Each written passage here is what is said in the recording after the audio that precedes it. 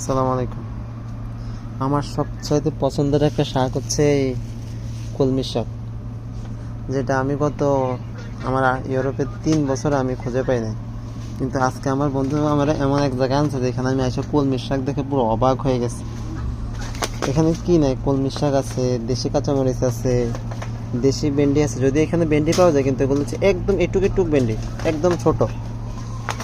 তারপরে যে এখানে করলা আছে। আর একটা মজার জিনিস হচ্ছে, আমি চিন্তাই করতে পারিনি এই জিনিস এখানে পাবো। ক্যাশ कैश देगा तो मैं 230 पे दे दूंगा और 20 কত लेगा ছড়ে? करके। कार्ड कार्ड में और कम है नहीं महंगा है। আমাকে সবচেয়ে বেশি অবাক করছে डिफरेंस किसके लिए हाँ? डिफरेंस किसके लिए क्या पैसा कैश है पैसा टैक्स कौन देगा भाई? আমার और কাছে मैं সবচেয়ে खाएगा तो आप বেশি खाएगा, हाँ। क्यों उसको देना है पैसे? অবাক করছে এই কলমি শাক, समझ गया? যেটা আমার সবচাইতে প্রিয় খাবার। এই এক মুঠা শাকের দাম হচ্ছে আপনার 2 ইউরো, যেটা বাংলা টাকায় 300 টাকা।